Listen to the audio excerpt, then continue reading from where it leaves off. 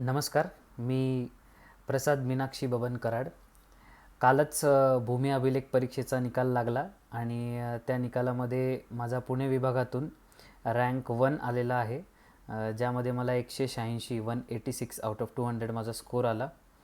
खरं तर एक्झाम ही मध्ये हा रिझल्ट जो आहे तो तसं बऱ्यापैकी अपेक्षित होता. पेपर मला बऱ्यापैकी इझी गेलेला होता आणि बघायला गेलं तर मी एक वर्किंग प्रोफेशनल आहे आणि आपल्याला बऱ्याच वेळा वाटतं की वर्किंग प्रोफेशनलमध्ये दिवस जो टाईम असतो तो आपल्याला मॅनेजमेंट करणं फार महत्त्वाचं असतं आणि एक 9 ते 5:30 असं जर जॉब प्रोफाईल आपण म्हटलं तर संध्याकाळी एक 3 ते 4 तास तुम्हाला एफिशियंटली युटिलाइज बऱ्यापैकी करता येतात.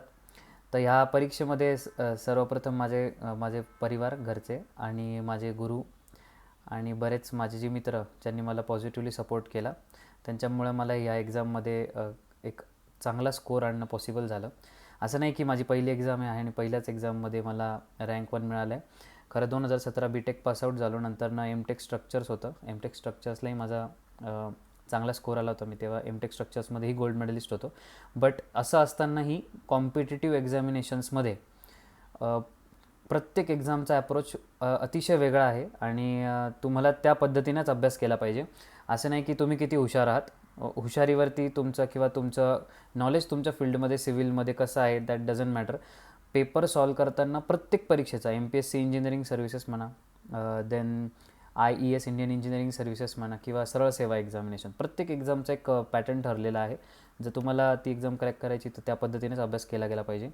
आणि ही व्हिडिओ बनवण्याचा उद्देश एकच की ज्या पद्धतीने मी करू शकतो तसं तुम्ही करू शकतात. काही विद्यार्थ्यांचा स्कोर नाही आला असेल तर खचून न जाता, जसं मी म्हणालो की मी खूप एक्झाम्समध्ये फेल झालो मागे, पण ज्या पद्धतीने मी अभ्यास करत गेलो मला एक चांगला स्कोर घेऊन येता आला भूमी अभिलेखच्या परीक्षेत आणि अजूनही अभ्यास तर मी करतच राहणार आहे.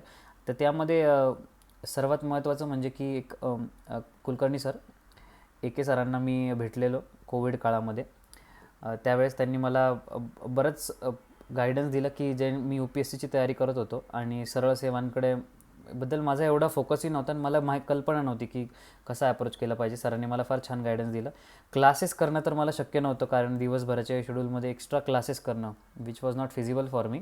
बट जनरली सायन्स स्टुडंट म्हटलं की आपल्याला एक प्रॉब्लेम असतो तो इतिहास भूगोल.